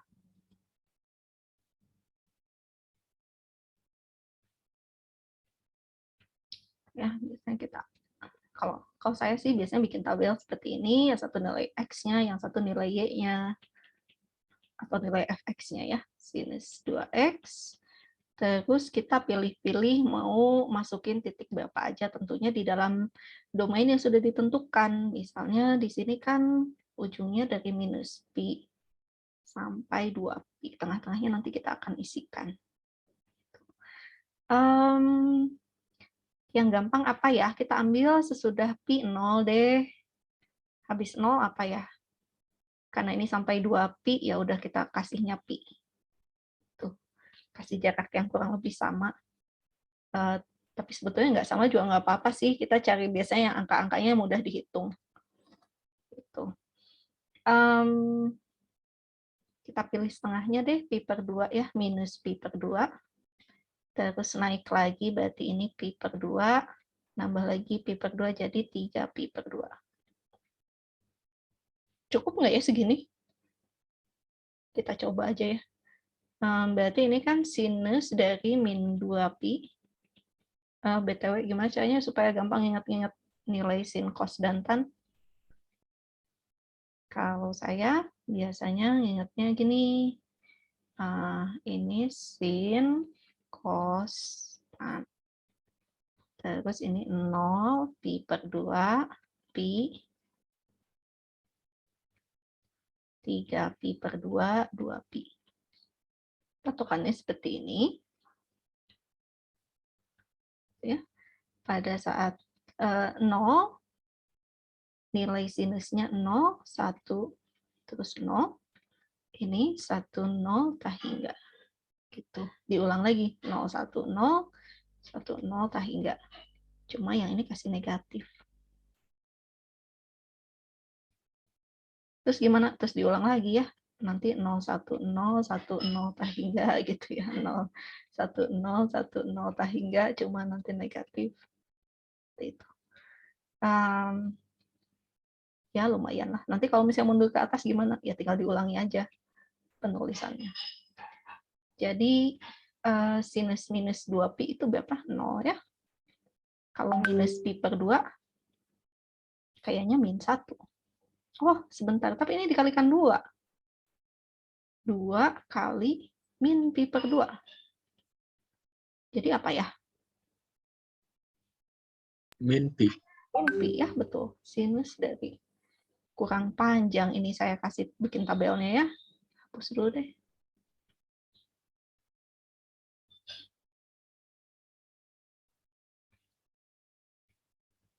Sinus dari min pi. Oh iya, yang tadi saya share, ada ininya ya. Ada apanya? Ada. Kok nggak mau sih? Oh, nah, supaya gampang, sinus minus X itu adalah min sin X.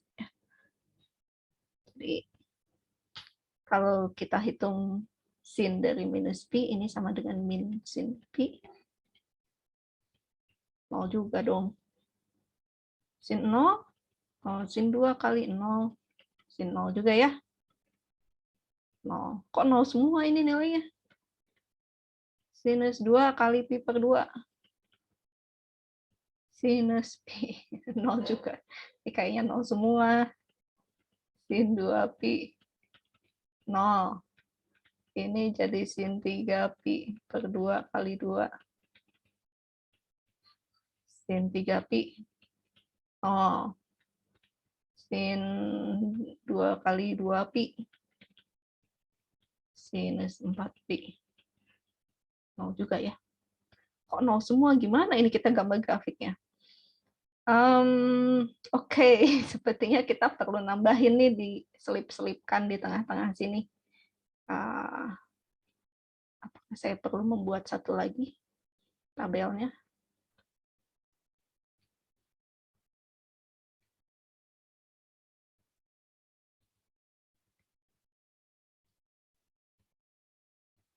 X, Y sama dengan sin 2X. Kita selip-selipkan ya, karena nggak membantu ini titiknya kok 0 semua.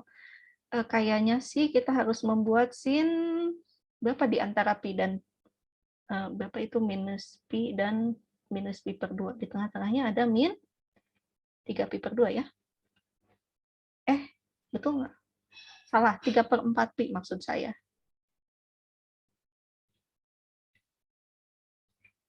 Tiga pi per 4. Perkecil jaraknya. Kemudian di sini ada minus pi per 4. Terus di antara ini ada pi per 4 ya. 3 pi per 4. Tambah lagi 5 pi per 4. Tambah lagi 7 pi per 4. Gitu ya. Nah, terus kita hitung sinus dari 2 kali min 3 pi per 4. Hasilnya adalah sinus dari min 3 pi per 2. Kita cek 3 pi per 2 itu minus ya, kali minus lagi jadi plus. Min sin 3 pi per 2, berarti ini min dari min 1 sama dengan 1. Terus sekarang yang ini sinus 2 kali min pi per 4. Jadi sin minusnya keluarkan, hasilnya pi per 2 ya. Pi per 2 berapa? 1. Apakah ada yang salah? Bentar.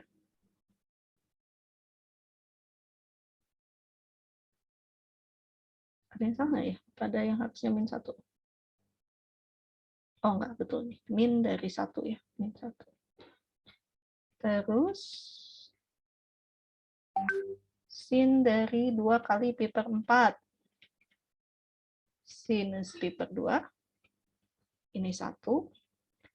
Sin 2 kali 3 pi per 4. Sama dengan sinus 3 pi per 2. Berapa? Min 1 ya. Sin dari 2 kali 5 pi per 4. Sin berapa ini? 5 pi per 2. 5 pi itu berapa? 2,5. 5 per 2 itu 2,5 ya. Berarti ini sama dengan sinus pi per 2 ya. Masih ingat kan karena fungsi sinus, kosinus, dan tangen, dan seterusnya itu dia periodik. Jadi setiap 2 pi berulang ya. Jadi ini nilainya sama. 1. Sinus 2 kali 7 pi per 4. Hasilnya sinus 7 pi per 2. Kurangi 2 pi berapa ya? 3 pi per 2.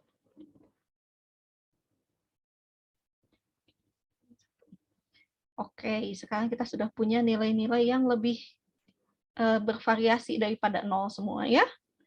Terus diapakan? Terus kita gambarkan. Gambarkannya gimana? Tentu dimulai dengan bismillah ya. Sesudah bismillah gambarkan dulu sumbu-sumbunya X dan Y.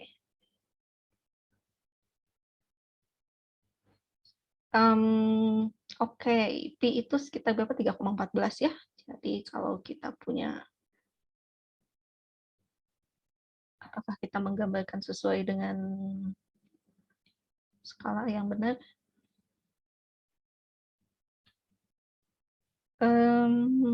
Wait, kayaknya lebih baik saya pindahkan ini agak ke atas ya.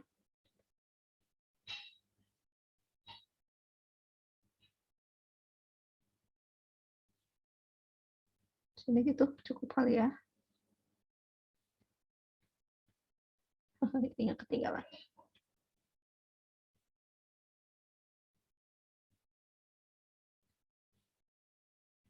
Oke, kita gambarkan satunya mau di mana, di sini deh.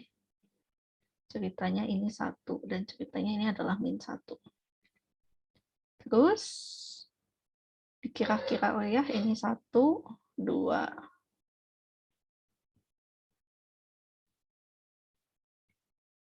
Dan ini min 1, min 2, min 3. Berarti 3,14 itu di mana? Sekitar sinilah ya.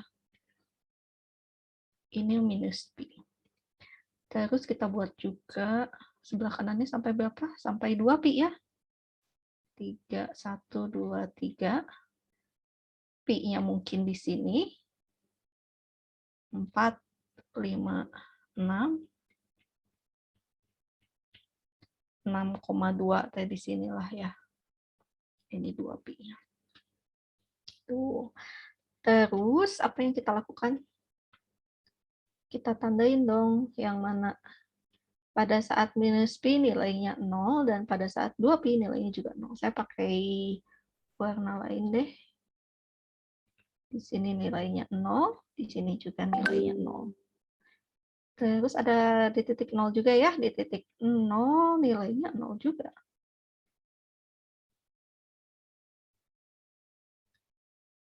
Nah, terus pi per 2 itu berarti sekitar 1,6 sekian-sekian. Di tengah-tengahnya ini pi per 2, nilainya 0 juga. Gitu ya. Pada saat pi nilainya 0, di tengah-tengah sini juga nilainya 0. Kanan. Di sini juga 0. Ini pi per 2, oh maaf, negatif pi per 2, ini 3 pi per 2. Terus di mana lagi? Ini pokoknya titik-titik yang membuat nolnya sudah saya tuliskan ya. Terus sekarang yang di tengah-tengahnya kita isikan. Oke, ini sekitar min 3pi/4. Nilainya 1. Gimana? Di sinilah ya. Min 3pi/4. Nilainya berapa? 1. Terus nanti di sini min pi/4 nilainya min 1. Terus di tengah-tengah sini naik lagi ke atas pi/4, terus di sekitar sinian turun lagi ke bawah. Ini berapa? 3pi/4. Mana lagi ya? Di sini naik lagi ya. Tengah-tengah sini naik lagi. Berapa ini teh?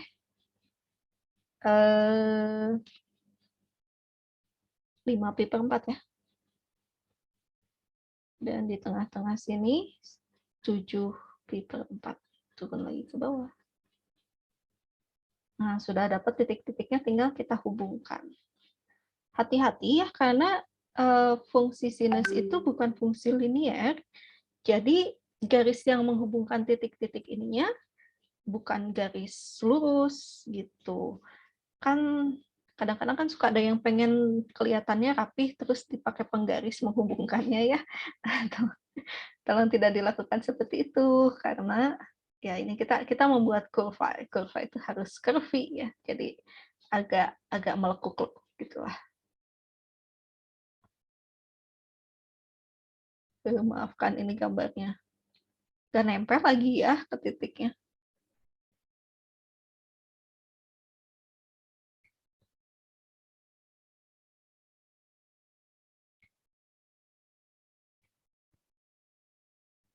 Ya enaknya memang di sketsa tuh pakai pensil. Dibikin tipis-tipis dulu. Kalau sudah yakin garisnya bagus, baru dipertebal ya. Tapi saya nggak bisa gitu pakai ini. Nah, itulah. Nah, kalau kita lihat berulangnya, karena ini fungsinya adalah fungsi sin 2x, dia berulangnya lebih pendek ya dibandingkan dengan 2pi. Kalau sinus x yang standar itu kan, sebentar, mari kita coba buat grafiknya di sini. Tadi saya gambarnya di mana ya? Lupa.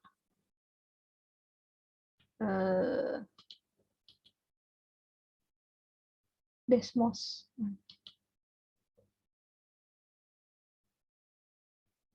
Mari kita lihat yang gambarnya lebih cantik dibandingkan gambar saya yang paparetot.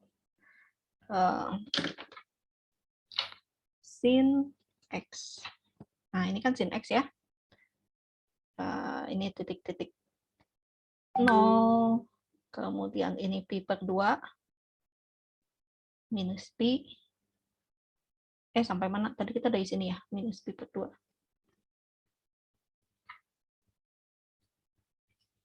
Minus pi sampai, saya lupa gimana masukinnya ya, 2pi. Kok nggak mau? Oh, harus diginikan dulu. X lebih kecil sama dengan 2pi.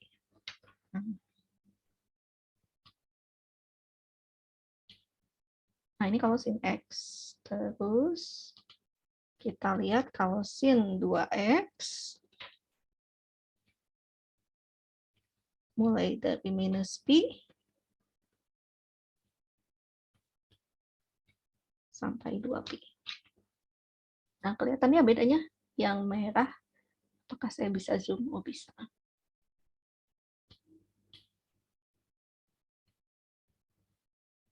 Yang pakai HP sudah cukup kelihatan. Benar-benar cukup ya, segini ukurannya. Nah, yang biru ini grafik yang tadi kita coba buat, sinus 2x. Yang merah adalah sinus x. Nah, kalau kita perhatikan, pada saat kita punya fungsi sin 2x, pada saat kita punya fungsi sin x, polanya itu berulang pada saat kita punya batasnya 0 sampai 2pi. Gitu ya. Jadi nanti bagian ini kursornya kelihatan nggak ya? Bagian yang ini sama dengan bagian yang ini gitu diulang. Jadi kalau misalnya nanti kita geser lagi ke sebelah kiri, bagian yang ini akan mengulang lagi di sebelah kirinya. Nah, itu yang dinamakan sebagai periode dari fungsi sinusnya. Ya. Nah, tapi pada saat kita punya fungsi sin 2x, perhatikan bahwa sekarang mengulangnya itu setiap nilai pi. Gitu ya. Jadi 0, ini kan 0 pi per 2, ini pi gitu ya. Nah, dalam periode pi dia akan berulang lagi. Tuh, ini dari sini sampai sini nilainya pi, dari sini sampai sini satu periode pi, dari sini sampai sini satu periode pi juga. Jadi kalau kita lihat pada saat kita punya sin 2x, periodenya memendek setengahnya. Nah, nanti juga kalau misalnya kita punya fungsinya sinus 3x, periodenya akan memendek 1/3-nya. Gitu. Jadi berulangnya setiap pi per 3. Kok pi per 3? 2pi per 3. Kalau yang aslinya kan dia berulangnya setiap 2pi, pada saat kita punya 2x, berulangnya akan setiap pi, jadi 2pi dibagi 2. Kalau misalnya sin 3x, nanti berulangnya akan setiap 2pi dibagi 3. 2pi per 3. Tuh. Kita coba aja lihat ya. Tapi apa yang terjadi kalau misalnya kita sekarang punya sin setengah x?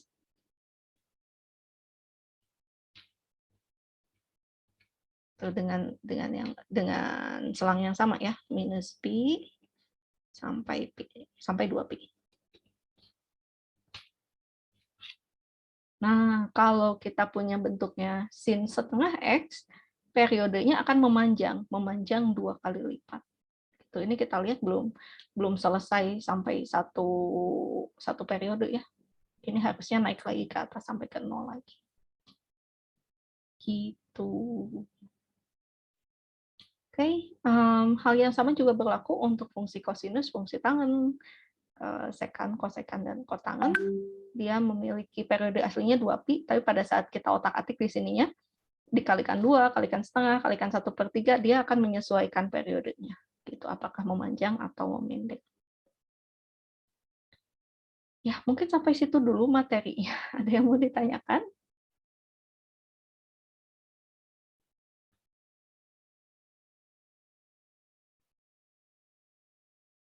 Ibu boleh foto yang tadi Ibu gambar gitu, pengen Yang ini? di screenshot gitu. Oh, nanti ini saya share kok filenya. Terima kasih. Nanti ini insya Allah akan saya share ya dalam bentuk PDF. Oke, ada lagi yang berkomentar, pertanyaan, dan lain-lain?